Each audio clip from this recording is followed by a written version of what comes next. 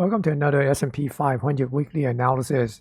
Let's take a look at the S&P 500. We see that ever since that it made a pinch here between the EMA cloud and the SMA cloud back in the latter part of June, the S&P 500 just continued to push to make new all-time high. And last Friday, it made another new all-time high and closed with a new all-time closing high.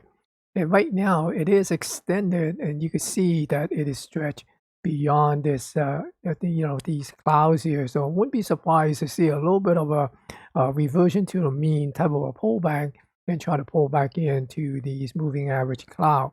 Now, one of the things that is concerning recently with these new high is the number of stock making new 52-week high while the S&P 500 is making new high. As you can see right now, it's just barely about this 100 on the average. 100 stock making new 52-week high. Versus back here, we see over 300, 400 stock. And if we take a look at this period right here, comparing to this right here, and we seeing that a similar type of a number of stock making new 52-week high, while the market is making new all-time high. And that seems to be setting up a pullback or correction here.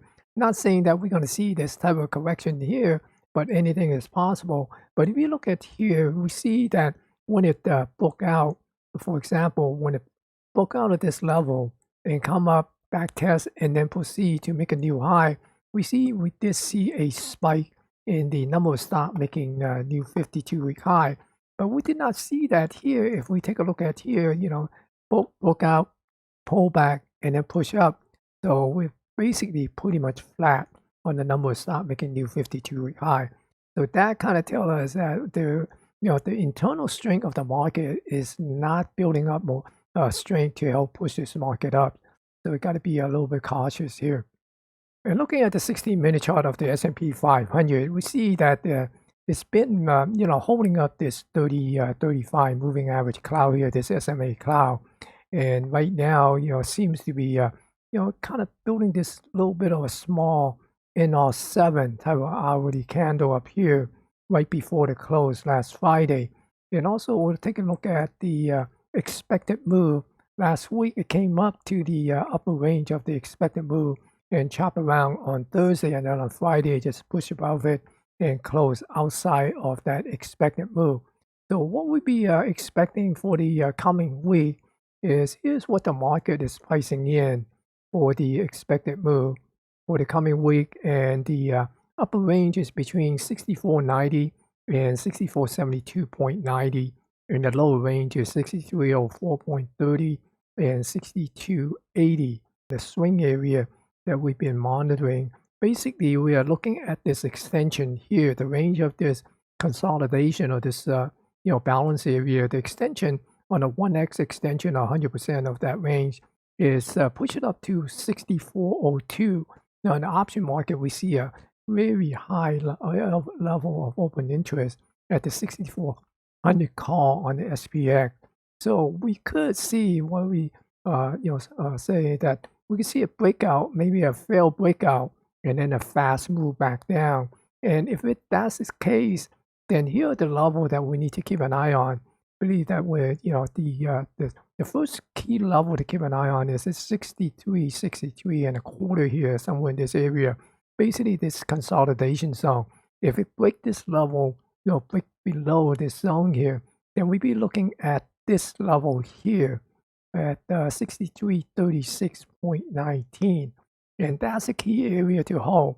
If this doesn't hold, for example, and if we are getting this move, down here and break and backtest fail, then we'd be looking for a possibility of the price moving back down to this lower range, and that would be push it back into this balance area, and we can see a full retracement back down to the 6200 area. Now, in addition to that, let's take a look at where the monthly expected move have been priced in. You can see that the upper range is in line with the upper range of the end of July, or the month of July upper range expected move. Maybe, with the Apple earning and also J Powell, the FOMC meeting this week also. But we did not expect, or the market doesn't expect, the Fed will reduce rate. But the key thing is listen to what J Powell have to say, and maybe during his press conference or after his press conference, we could see some volatile price move. And maybe if the price pull back down here, that might be a good catalyst or a prelude to set up a move for this potential tagging of the upper range or the July upper range here. But if we just continue to move up and hover around this area here while the Apple earning and J Powell press conference come out, and basically the market is pricing in, perfection and no bad news, or everything is positive, and any sign or inkling of a negative innotation about future monetary policy or forward earning guidance from Apple or the other Max 7 stock, then we could see a flush, a quick flush down into this area here. So that's one of the things to keep an eye on, and definitely we're going to see some volatile price action in the coming week. And here looking at the ES, the E-mini S&P 500, and we see that also last week it came up to the upper range, and then on Friday it pushed up to a new all-time high. Now for the coming week, the market is pricing in the upper range to be somewhere up at the 65.20, 65.11.5, and the lower range is between 63.45.5 and 63.05. And looking where the market was pricing in for the month of July, the upper range, the weekly upper range is actually above the upper range of the July. And July is between 6,500 and 6,476.75. That's the upper range, and then the lower range is down here near the 6,000 area. So doubted that it will come all the way down to the 6,100. But we could see the possibility of coming up to the 6,500. Now, if we take a look at this composite volume profile, and we can see that, again, similarly to the S&P 500 cash index, we are looking at the possibility of a pullback, and the key level here to watch is this 63.73.5. Now, first is this zone here, this zone, and this 63.99 a quarter or 6,400 here. If it drop below the 6,400, then we'd be watching the 63.73 to see would it get a bounce back up. If it doesn't get a bounce back up, then we could see it move down to this lower range of the expected move and back into this balance area that we have mapped out earlier. Because there's this extension here, this 1x extension is 64.50. So that's a level to watch for a little bit of a breakout, and then see where we get a failed breakout and move down to the 63.73 area. And looking at the SPY, the ETF for the S&P 500, we also see that on Thursday, it's been chopped around at this upper range, the weekly expected move. Then on Friday, it pushed up and put in a new all-time high and closed with a new all-time closing high. Now, for the coming week, we are seeing the market is pricing in a upper range between 647.01 and 645.40, and the lower range is between 628.60 and 625.50.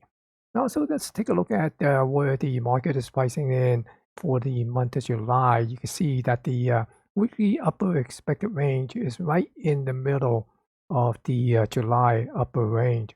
So again, we are basically looking for a possibility of a breakout or a pullback in the coming week. And take a look at this composite volume profile here that I put on between this price level and this price level, the recent price level here.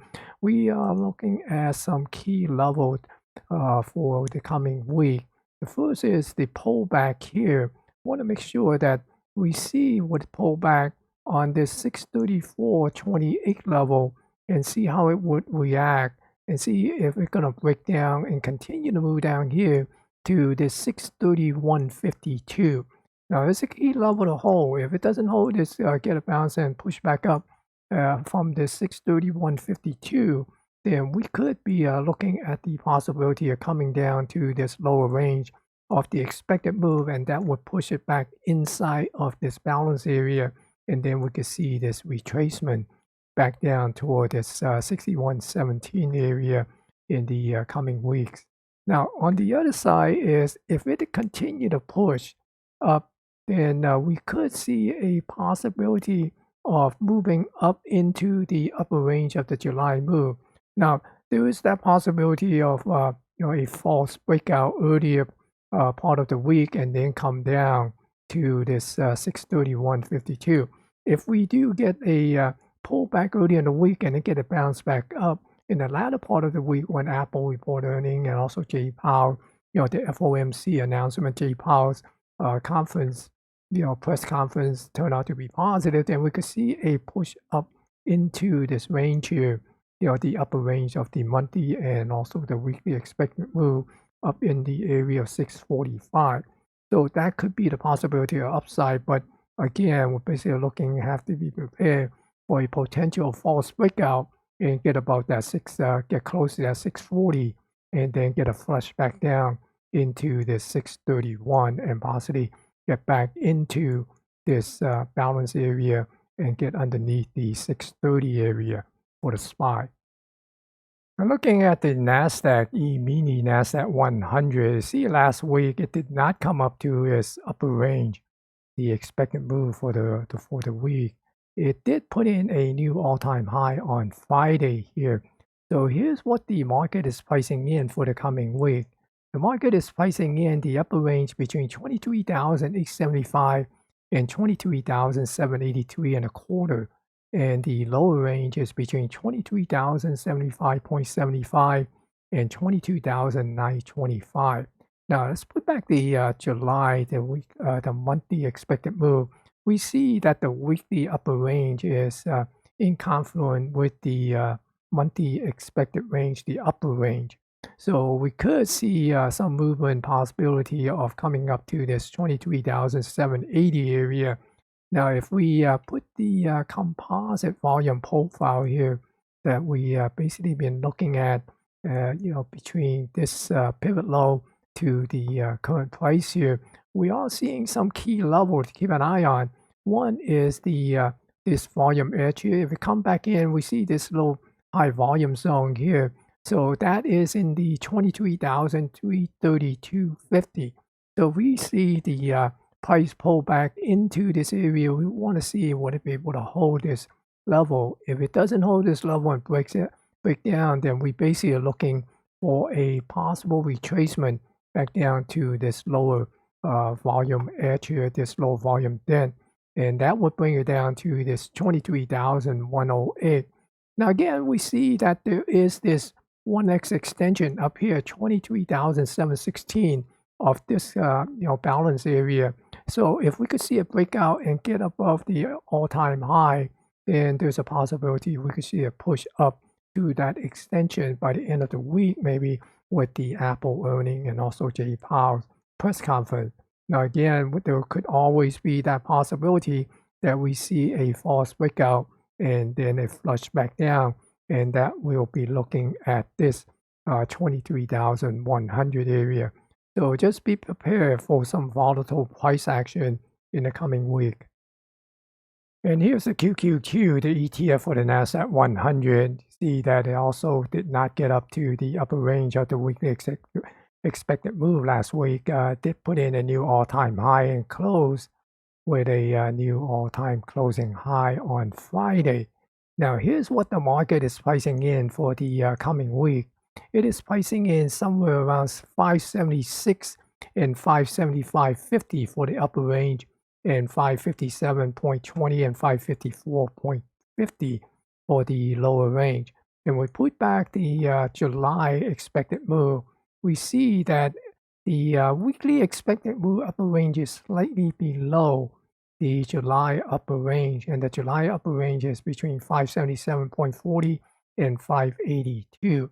And if we put the composite volume profile back on and looking at, again, basically the pivot low here to the current price, we see that there are quite a number of high volume zones here that we could see as a possible magnet to pull the price down.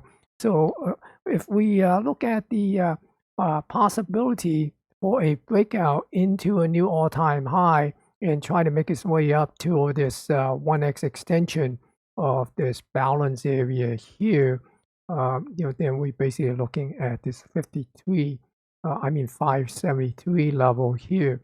Now, again, we have to be prepared for a potential false breakout, and if that's the case on any kind of pullback, we are looking at this 564.27 here, okay, to see would it be able to hold this level again, basically this high volume zone.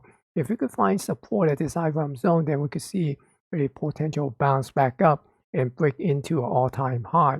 But if it failed to hold this or get a bounce at this lower edge, the lower taper of this high volume zone here, then we could see a breakdown into the next, trace down to the next low volume zone of this high volume area, and that could bring it down to this 558.61 area, close to the lower range of the expected move, and also close to the composite point of control near the 556. So those are the price action to keep an eye on for the S&P 500 and the NASDAQ. Thank you for watching. If you like the content, be sure to give it a thumbs up. And if you are new to this channel, click the subscribe icon to subscribe and help support this channel. Now, for more content from me, go visit my newsletter at smtraderCA.substack.com. You will find trade ideas, daily trade plans, weekly market review and analysis, trading tutorial and strategies, and much more in my newsletter, The Pulse of the Market. And the link is smtraderCA.substack.com.